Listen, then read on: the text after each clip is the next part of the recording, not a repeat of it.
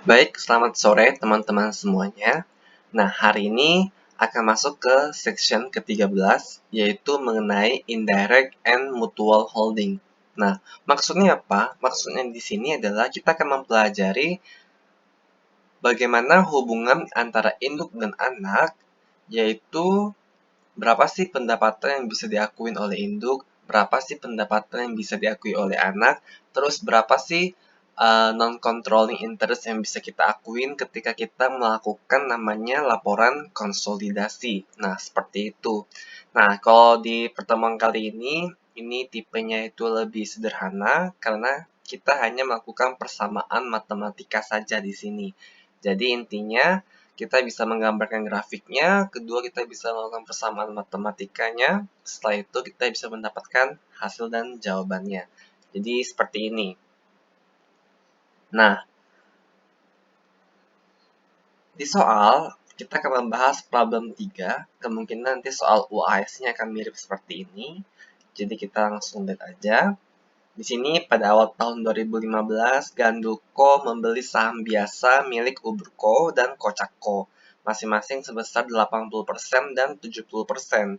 Uberco mengakuisisi saham Kocakco 15%, sedangkan Kocakco memiliki 10% saham biasa Uberco. Terus Kocakco juga membeli 20 juta sekian lembar saham biasa Gandulco dari total saham yang beredar sekian. Nah, kita bisa buat nih grafiknya teman-teman seperti ini. Maka di sini Gandulco mengakuisisi Uberco 80%, Kocakco 70%. Terus Uberco memiliki kepemilikan di Kocakco 15%. Terus Kocakco memiliki kepemilikan di Uberco 10%. Nah, dikatakan juga Kocakco membeli 20 juta sekian lembar dari 135 juta sekian milik Gandulco. Jadi kalau teman-teman 20 juta ini dibagi 135, nanti dapat 15%. Nah, ini artinya Kocakco memiliki 15% kepemilikan di Gandulco. Oke? Nah, ini langkah awalnya dulu. Terus, langkah keduanya, teman-teman buat persamaannya. Jadi, kita buat persamaan matematika. Nah, kita mau tahu nih, berapa sih laba masing-masing yang dimiliki oleh Gandulco, Uberco, dan Kocakco. Nah, persamaannya adalah G sebagai gandul, U sebagai ubur, K sebagai kocak. Nah, ini 7.150 adalah spread income, artinya laba terpisah yang dimiliki oleh tiap-tiap perusahaan. Nah, kita butuh informasi sebagai berikut. Jadi kita buat persamaannya teman-teman. Nah, berarti G sama dengan tadi di soal 7.150 yaitu labanya ditambah kita punya kan 0,8 U. Maksudnya ini kenapa 0,8 U? Artinya berapa sih pendapatan U yang bisa kita akuin? Yang bisa kita akuin berarti 0,8-nya. Terus 0,7 K. Karena kan kita membuat laporan konsolidasi, berarti nanti pendapatan mereka, U sama K, akan digabungin ke G. Seperti itu, ya. Nah, terus ada U, persamaannya 2,2 juta, itu net income terpisahnya, terus ditambah 0,15. Karena si U punya 0,15 si K, berarti ditambah 0,15K. Ya gitu. Terus ditambah 20.000. Nah, 20.000 ini dari mana? Kalau teman-teman nanti baca soalnya, dikatakan pada tahun 2018, Uberco mengalami kerugian atas penjualan peralatan kepada Kocakco, di mana harga perolehan peralatan 150.000 telah disusutkan sebesar 20% dan peralatan dijual dengan harga 100.000. Di sini ada kerugian.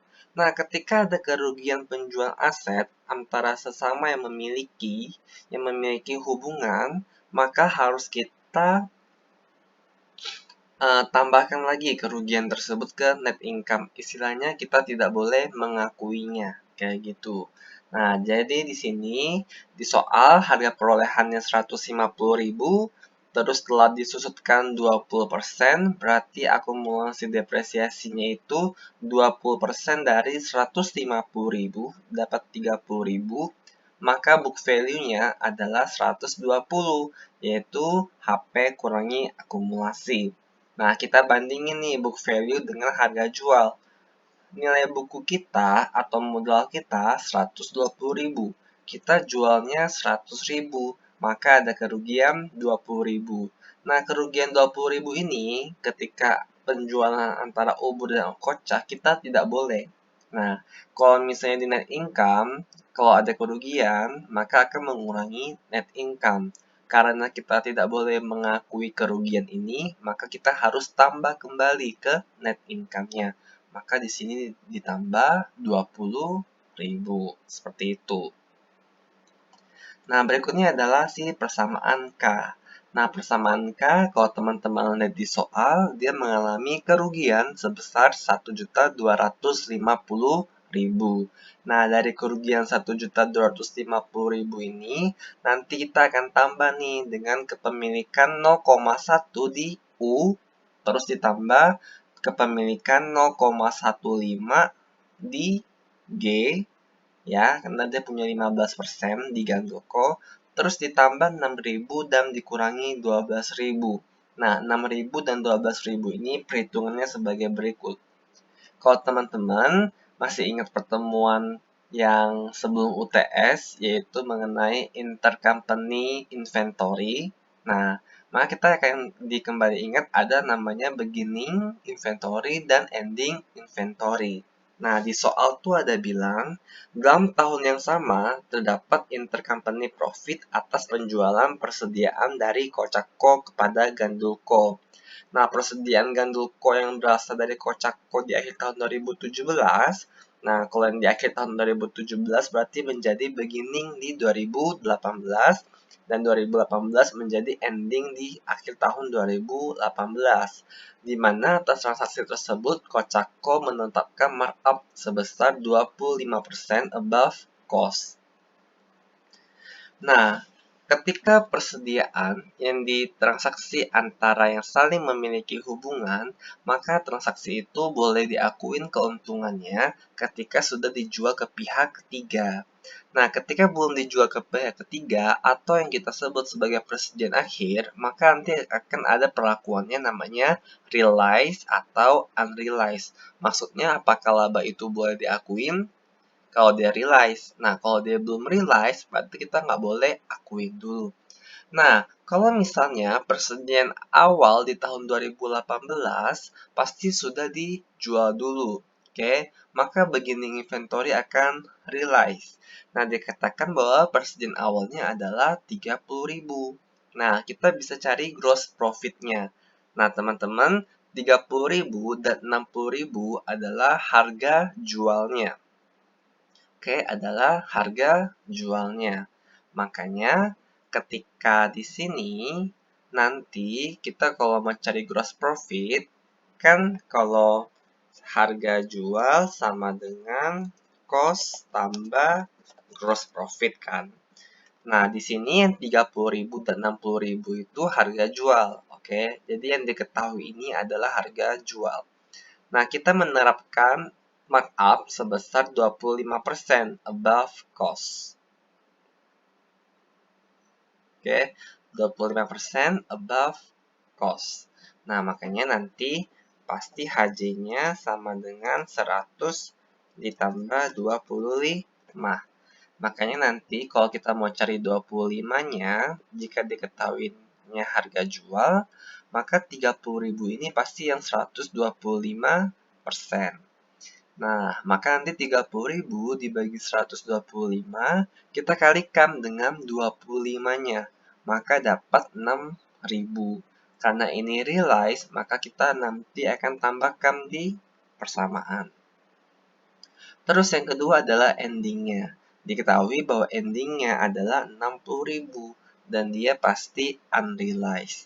Nah, karena dia unrealized, kita sama nih cara carinya. 60.000 dibagi 125 dikali dengan 25, maka dapatnya 12.000. Nah, 12.000 ini akan sebagai pengurang karena dia unrealized. Kayak gitu. Nah, jadi di sini kita sudah dapat persamaannya. Oke. Nah, ketika kita sudah mendapatkan persamaannya, tugas kita berikutnya adalah mencari tahu nih, berarti G-nya berapa, U-nya berapa, dan K-nya berapa. Ya, jadi ini lebih ke persamaan matematika. Oke. Nah, sudah saya buat perhitungannya di sini. Ya. Nah, ini teman-teman bebas sebenarnya mau substitusi yang mana dulu. Tapi saya sarankan substitusilah dengan cara yang menurut teman-teman yang paling efektif dan yang paling cepat bisa langsung menemukan. Nah, kalau cara saya seperti ini. Nanti ada 7.150 ini kita persamaan. Saya masukin dulu yang nilai U. Jadi nilai U saya masukin dulu ke dalam G. Kenapa saya masukin seperti itu? Supaya nanti ada temannya nih si K-nya. Karena kan di sini ada K nih satu nih teman-teman. Kayak gitu. Nah, nanti 7150 ditambah ini 0,8 kali 2,2, 0,8 kali 0,15K, 0,8 dikali 20.000. Nanti dapatnya G-nya seperti ini. Oke, ini tinggal teman-teman tambahin aja. Maka nanti dapat persamaan G baru nih teman-teman. G sama dengan 8926 juta tambah 0,82K. Nah, setelah itu saya cari lagi nih yang K. Nah, yang K, saya pakai yang K sekarang. Kenapa saya pakai yang K? Alasan saya, karena kalau saya masukin U ke sini, saya bisa dapat nilai K di sini. Terus kalau yang saya masukin yang G di sini, saya juga mendapatkan nilai K. Jadi kalau saya kumpulin dulu nih masing-masing nilai KK yang ada, kayak gitu. Nah, dari hasil K yang sudah saya peroleh, saya kan bisa langsung dapat nanti nilai akhirnya, K-nya berapa. Jadi ini lebih kembali ke teman-teman. Nanti saya akan tampilkan cara lain yang mungkin biasa dipakai oleh teman-teman yang lain. Nanti saya juga akan tampilin bagaimana cara mereka menjawabnya. Ya, yang penting teman-teman intinya kita mau memperoleh nilai K-nya berapa, G-nya berapa, U-nya berapa. Jadi ini adalah nilai net income-nya. Oke, nanti setelah teman-teman sudah masukin ke persamaan seperti ini, ya. Nah, teman-teman pasti akan dapat ini nilai K-nya berapa, G-nya berapa, U-nya berapa. Ya, ini saya sudah uraikan di sini, jadi teman-teman bisa coba menghitung kembali. Ya. Nah, karena ini lebih ke persamaan matematika. Nah, sekarang kita mau jawab permintaan soalnya. Nanti teman-teman setelah melewati proses ini, udah dapat nih K-nya 353.712, G-nya 9216044, U-nya 2273057. Nah, kita mau cari yang pertama adalah controlling interest income. Nah, kalau namanya controlling interest income berarti hanya dimiliki oleh si induk, di mana di sini induknya adalah Gandulco. Jadinya kita mau tahu nih, dari pendapatan si induk yang 9.216.044, berapa sih yang benar-benar milik induk sendiri atau yang benar-benar milik si gandul. Nah, maka controlling interest-nya sekian nih. Anggaplah 9.216 ini punya gandul semua dulu. Terus kita lihat nih, apakah kepemilikan gandul yang 100% ada dimiliki oleh orang lain? Ternyata ada 15% dimiliki oleh si kocak.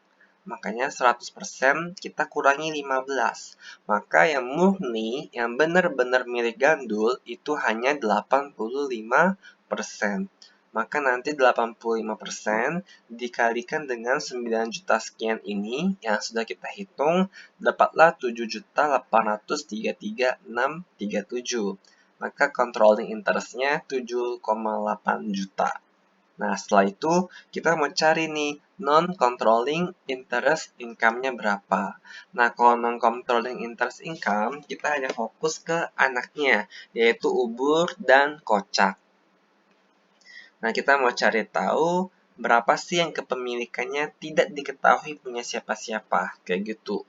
Nah, ubur awalnya punya 100%, tapi dibeli oleh gandul 80%. terus dibeli oleh kocak 10%, maka sisanya adalah 10%.